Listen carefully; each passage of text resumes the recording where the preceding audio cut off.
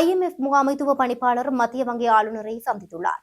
இந்திய பயணத்தின் பொது அதிகார பகிர்வு குறித்து எதுவும் பேசவில்லை ட்ரில்வின் சில்வா. அங்குரேகுட சட்டத்தரணி கொலை சந்தேக நபர்களுக்கு விளக்கமறியல் நீடிப்பு. ஓய்வூதியம் நிறுத்தப்பட்ட பின் அதனால் பாதிப்புகளை எதிர்கொள்ளும் முன்னாள் பாராளுமன்ற உறுப்பினர்கள் அரசாங்கத்தை தொடர்பு கொள்ளலாம். டொனால்டு டிரம்பின் விசேட பிரதிநிதியை சந்தித்தார் ஜனாதிபதி.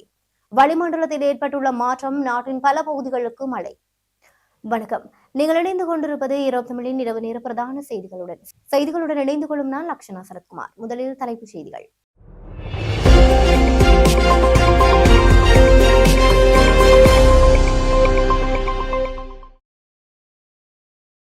சர்வதேச நாணய நிதியத்தின் முகாமைத்துவ பணிப்பாளர் கிறிஸ்டலினா ஜோர்ஜியேவா இலங்கைக்கு மேற்கொண்டுள்ள உத்தியோகபூர்வ விஜயத்தின் ஒரு பகுதியாக நேற்று இலங்கை மத்திய வங்கிக்கு விஜயம் ஒன்றை மேற்கொண்டுள்ளார். இலங்கை சர்வதேச நாணய நிதியத்தில் உறுப்பினராகி 75 ஆண்டுகள் நிறைவடைந்ததையும் இலங்கை மத்திய வங்கியின் 75வது ஆண்டு நிறைவையும் ஒட்டியே இந்த விஜயம் அமைந்துள்ளதாக தெரிவிக்கப்படுகின்றது. மத்திய வங்கி வளாகத்தில் நடைபெற்ற இந்த சந்திப்பின் போது கலாநிதி ஜோர்ஜியேவா, இலங்கையை மத்திய வங்கியின் ஆளுநர் கலாநிதி நந்தலால் வீரசிங்க மற்றும் சிரேஷ்ட அதிகாரிகள் கலந்து கொண்டுள்ளனர். தற்போது நீடிக்கப்பட்ட நிதி வசதியின் கீழ் வழங்கப்பட்ட உறுதியான ஆதரவுக்கு முன்னெப்போதும் இல்லாத பொருளாதார நெருக்கடியிலிருந்து நாடு மீள்வதற்கு மிகவும் உதவும் வகையில் கடன் மறுசீரமைப்பு செயல்முறையை நிறைவு செய்ய தீவிரமாக ஒத்துழைத்தமைக்கு முகாமைத்துவ பணிப்பாளர் மற்றும் அவரது குழுவினருக்கு ஆளும் தமது மனமார்ந்த நன்றிகளை தெரிவித்துள்ளார். மேலும் நாணய கொள்கையை மற்றும் பேரண்ட பகுப்பாய்வு மற்றும் நிதித்துறை கொள்கைகள் உள்ளிட்ட பல துறைகளில் சர்வதேச நாணய நிதியம் வழங்கிய விரிவான தொழில்நுட்ப உதவிகளுக்கு கலாநிதி நந்தலால் வீரசிங்க நன்றியை தெரிவித்துள்ளார். தற்போதைய சர்வதேச நாணய நிதிய திட்டத்தின் கீழ் இலங்கையின் செயல்பாடுகளை ஒரு வெற்றி கதையாக கலாநிதி ஜோர்ஜியேவா அங்கீகரித்துள்ளார். பொருளாதார நெருக்கடியை தொடர்ந்து பேரண்ட பொருளாதார ஸ்திரத்தன்மையை மீட்டெடுப்பதில் இலங்கை மத்திய வங்கியின் பங்களிப்பையும் அவர் பாராட்டியுள்ளார். சமீபத்திய ஆண்டுகளில் இலங்கையில் தொடர்ச்சியான பின்னடைவுகளை எதிர்கொண்டுள்ள போதிலும் தேவையான கட்டமைப்பு சீர்திருத்தங்கள் ஆரம்பிக்கப்பட்டு தொடர்ச்சியாக முன்னெடுக்கப்பட்டால் நாடு உயர்ந்து வளர்ச்சியை எட்ட தயாராக உள்ளது என்ற நம்பிக்கையையும் அவர் வெளியிட்டுள்ளார். இந்திய பயணத்தின் போது அதிகார பகிர்வு அல்லது மாகாண சபை தேர்தல் குறித்து இந்திய தரப்புடன் எந்தவித பேச்சுக்களும் முன்னெடுக்கப்படவில்லை என்று ஜேவிபியின் பொதுச் செயலாளர் ரிஸ்வின் சில்வா தெரிவித்துள்ளார். இந்தியாவுக்கு உத்தியோகபூர்வ பயணத்தை மேற்கொண்டு நாடு திரும்பியதன் பின்னர் ஊடகங்களுக்கு கருத்து தெரிவிக்கும் போதே அவர் இதனை குறிப்பிட்டுள்ளார். இலங்கை தரப்புடனான சந்திப்புகளின் போது அதிகார பகிர்வு மற்றும் 13ஆம் திருத்தம் குறித்து இந்திய தரப்பினர் வலியுறுத்துவது வழக்கம். இதுகுறித்து ட்ரில்வின் சில்வாவின் கருத்து தெரிவிக்கும் போது, இந்திய வெளிவகார அமைச்சர், குஜராத் மற்றும் கேரள மாநில முதலமைச்சர் ஆகியோரை நாம் சந்தித்தோம். இந்த சந்திப்புகளின் போது மாகாண சபை உள்ளிட்ட அரசியல் காரணங்கள் குறித்து பேசப்படவில்லை. இந்திய தரப்பிலிருந்து இது தொடர்பாக எந்தவித நினைவூட்டல்களும் செய்யப்படவில்லை. எமது கலந்துரையாடல்கள் அனைத்தும் பொருளாதார அபிவிருத்தி மற்றும் அதற்கு தேவையான தொழில்நுட்ப உதவிகளை பெற்றுக் கொள்வது குறித்தே அமைந்திருக்கின்றன. மாகாண சபை தேர்தலை நடத்துவதற்கு தமது கட்சி எதிர்ப்பு தெரிவிக்கவில்லை என்றும் அதனை நடத்தும் நிலைப்பாட்டிலேயே உள்ளது என்றும் அவர் சுட்டிக்காட்டியுள்ளார். எனினும் தற்போதைய சூழலில் நாட்டின் பொருளாதாரமே முன்னேற்றமே முதன்மையானது என்பதால் அதற்கான ஒத்துழைப்புகளை பெற்றுக் கொள்வதில் இந்தியா அர்ப்பணிப்புடன் உள்ளது என்றும் அவர் தெரிவித்துள்ளார். இலங்கையில் அரசியல் ரீதியாகவோ பின்னடைவை சந்தித்துள்ளவர்களே இந்த விஜயத்தின் பின்னணியில் ரகசிய ஒப்பந்தங்களை இருப்பதாக கட்டுக்கதைகளை பரப்பி வருகின்றனர். இவ்வாறான ரகசிய உடன்படிக்கைகள் எதுவும் இல்லை. இந்த விஜயம் முழுக்க முழுக்க பொருளாதார மற்றும் தொழில்நுட்ப ஒத்துழைப்புகளை நோக்கமாக கொண்டது என்று ட்ரில்வின் சில்வா மேலும் தெரிவித்துள்ளார். அங்குரேகுட பகுதியில் சட்டத்தரணி ஒருவரும் அவரது மனைவியும் சுட்டுக் கொலை செய்யப்பட்ட சம்பவம் தொடர்பில் கைது செய்யப்பட்டிருந்த சகோதரர்கள் இருவரும் மார்ச் மாதம் 4ஆம் தேதி வரை விளக்கமறியலில் வைக்கப்பட்டுள்ளனர். இன்று குறித்த 2 சந்தேக நபர்களும் கடுவல நீதவான் நீதிமன்றத்தில் முன்னிலைப்பட்டதை அடுத்தே இந்த உத்தரவு பிறப்பிக்கப்பட்டுள்ளது. அத்துடன் நேற்று கைது செய்யப்பட்ட மற்றைய சந்தேக நபரை 72 மணித்தியாலங்கள் தடுத்து வைத்து விசாரணை செய்ய போலீசாருக்கு நீதிமன்றம் அனுமதி வழங்கியுள்ளது. கடந்த வெள்ளிக்கிழமை பிற்பகல் தங்ககம அங்குரேகுட பகுதியில் வைத்து இந்த சட்டத்திறனியையும் அவரது மனைவியையும் சுட்டுக் கொலை செய்யப்பட்டுள்ளனர். அதனைத் தொடர்ந்து போலீஸ் மா அதிபரின் அறிவுறுத்தல்களுக்கு அமைய விசாரணைகளை முன்னெடுப்பதற்காக 12 போலீஸ் குழுக்கள் நியமிக்கப்பட்டுள்ளன. அதன்படி மேற்கொள்ளப்பட்ட விசாரணைகளில் கொலையாளிகள் பயன்படுத்திய துப்பாக்கிகளை கடத்திச் சென்ற 2 சகோதரர்கள் கடந்த 16ஆம் தேதி பிற்பகல் கொட்டாவி பகுதியில் வைத்து மேல் மாகாணத்திற்கு குற்றத்தடுப்பு பிரிவினரால் கைது செய்யப்பட்டுள்ளனர். அவர்களிடம் முன்னெடுக்கப்பட்ட விசாரணைகளின் அடிப்படையில் நேற்று 17 பிற்பகல் பொல்கஸ் ஓவிட்ட பகுதியில் வைத்து பொல்கஸ் ஓவிட்ட டிலா எனப்படும் நபர் கைது செய்யப்பட்டுள்ளார். அவரது ஆலோசனையின் பேரிலேயே குறித்த 2 இளைஞர்களும் துப்பாக்கிகளை கடத்தியுள்ளமையும் அதற்கு டிலா என்பவரும் நேரடியாக பங்களித்துள்ளமை போலீஸ் விசாரணைகளில் அறிய வந்துள்ளது. நாடாளுமன்ற ஓய்வூதியம் நிறுத்தப்படுவதால் பாதிக்கப்படும் முன்னாள் நாடாளுமன்ற உறுப்பினர்கள் பிரதேச செயலகங்கள் அல்லது பிற முறைகள் மூலம் கோரிக்கை விடுத்தால் அரசாங்கம் அவர்களுக்கு ஏதேனும் நிவாரணம் வழங்க முடியுமா என்பது குறித்து ஆராயப்படும் என்று அமைச்சர் ஹர்ஷன நாணயக்கார தெரிவித்துள்ளார். நாடாளுமன்ற ஓய்வூதியம் நீக்குதல் சட்டமூலம் தொடர்பிலே கருத்து வெளியிடுகையிலேயே அவர் இந்த விடயத்தை தெரிவித்துள்ளார்.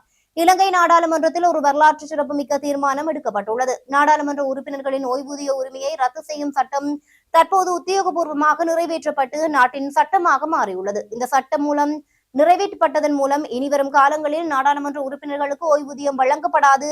தற்போது நாடாளுமன்றத்தில் உள்ள உறுப்பினர்களுக்கு எக்காலத்திலும் ஓய்வூதியம் கிடைக்காது என்பதுடன் இதுவரை ஓய்வூதியம் பெற்று வந்தவர்களுக்கு அதனை தொடர்ந்து பெறுவது தடை செய்யப்பட்டுள்ளது.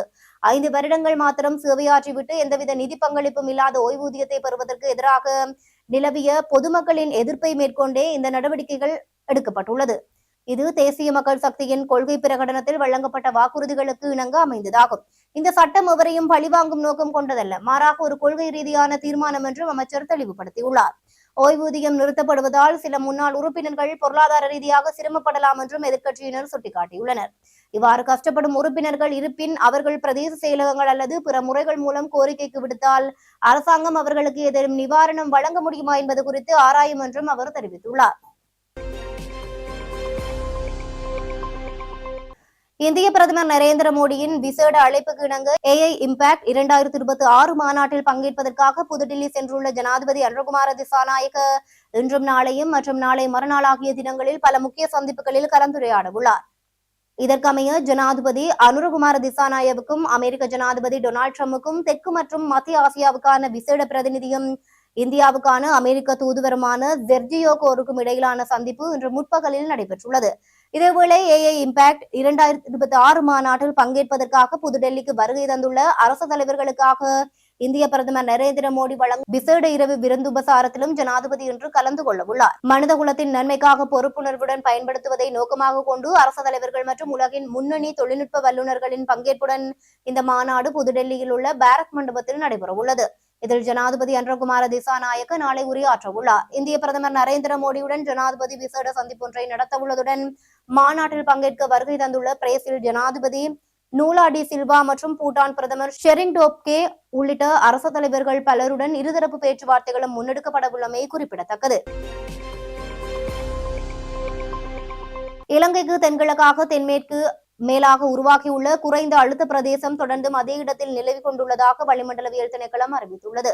இதன் காரணமாக அடுத்த 24 மணித்தியாலங்களில் நாட்டை சூழவுள்ள கடற்பரப்புகளில் மழையுடனான வானிலை மற்றும் பலத்த காற்று வீசக்கூடும் என்று எதிர்பார்க்கப்படுகிறது. அதன்படி வடமத்திய, மத்திய ஊவா மற்றும் கிழக்கு மாகாணங்களிலும் ஹம்பாந்தோட்டை மாவட்டத்திலும் அவ்வப்போது மழை பெய்யும் என்று எதிர்பார்க்கப்படுகிறது. ஊவா மாகாணத்திலும் மாத்தளை, மட்டக்களப்பு, அம்பாறை மற்றும் புலனறுவை மாவட்டங்களிலும் சில இடங்களில் 75 மில்லிமீட்டருக்கும் அதிகமான ஓரளவு பலத்த மழை வீழ்ச்சி எதிர்பார்க்கப்படுகிறது. வடக்கு மாகாணத்தில் பல தடவைகள் மழை பெய்யும் என்று எதிர்பார்க்கப்படுகிறது. நாட்டின் ஏனைய பிரதேசங்களில் பல இடங்களில் பிற்பகல் 1 மணிக்கு பின்னர் மழையோ அல்லது இடியுடன் கூடிய மழையோ பெய்யக்கூடிய சாத்தியம் காணப்படுகிறது. மத்திய மற்றும் சப்ரகமுவ மாகாணங்களிலும் காலி மற்றும் மாத்தளை மாவட்டங்களிலும் சில இடங்களில் அதிகாலை வேளையில் பனிமூட்டமான நிலை காணப்படும் என்றும் எதிர்பார்க்கப்படுகிறது. இடியுடன் கூடிய மழை பெய்யும் வேளைகளில் அப்பிரதேசங்களில் தற்காலிகமாக வீசக்கூடிய பலத்த காற்று மற்றும் மின்னல் தாக்கங்களினால் ஏற்படக்கூடிய பாதிப்புகளை குறைத்துக் கொள்ள தேவையான முன்னெச்சரிக்கை நடவடிக்கைகளை எடுத்துக் கொள்ளுமாறு பொதுமக்கள் அறிவுறுத்தப்படுகின்றனர். உலக சந்தையில் கச்சா எண்ணெய் விலை கடந்த 2 வாரங்களில் இல்லாத அளவுக்கு இன்று பெரும் சரிவை சந்தித்துள்ளது. அமெரிக்க மற்றும் ஈரான் நாடுகளுக்கு இடையே நிலவி வந்த அணுசக்தி தொடர்பான மோதல்கள் குறையக்கூடும் என்ற நம்பிக்கையே இந்த விலை வீழ்ச்சிக்கு முக்கிய காரணமாக பார்க்கப்படுகிறது. ஜெனீவாவில் நடைபெற்ற 2ஆம் கட்ட மறைமுக பேச்சுவார்த்தையில் அணுசக்தி விவகாரம் தொடர்பான முக்கிய வழிகாட்டும் கொள்கைகளில் இரு நாடுகளும் ஒரு புரிதலுக்கு வந்துள்ளதாக ஈரானிய வெளியுறவு அமைச்சர் அப்பாஸ் அரக்ஷி தெரிவித்துள்ளார். இந்த அறிவிப்பை தொடர்ந்து பிரெண்ட் கச்சா எண்ணெயின் விலை 1.8% குறைந்து $67.42 அமெரிக்காவின் VTI கச்சா எண்ணெயின் விலை 0.9% குறைந்து $62.33 சரிந்துள்ளது. இது பிப்ரவரி மாத தொடக்கத்துக்கு பிறகு பதிவான மிக குறைந்த விலையாகும். செய்திகளின் நிறைவாக இனி மீண்டும் தலைப்புச் செய்திகள்.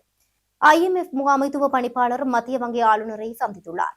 இந்திய பயணத்தின் பொது அதிகார பகிர்வு குறித்து எதுவும் பேசவில்லை ட்ரில்வின் சில்வா. அங்குரைகுட சட்டத்தரணி கொலை சந்தேக நபர்களுக்கு விளக்கமறியல் நீடிப்பு. ஓய்வூதியம் நிறுத்தப்பட்ட பின் அதனால் பாதிப்புகளை எதிர்கொள்ளும் முன்னாள் பாராளுமன்ற உறுப்பினர்கள் அரசாங்கத்தை தொடர்பு கொள்ளலாம். டொனால்டு டிரம்பின் விசேட பிரதிநிதியை சந்தித்தார் ஜனாதிபதி. வளிமண்டலத்தில் ஏற்பட்டுள்ள மாற்றம், நாட்டின் பல பகுதிகளுக்கு மழை.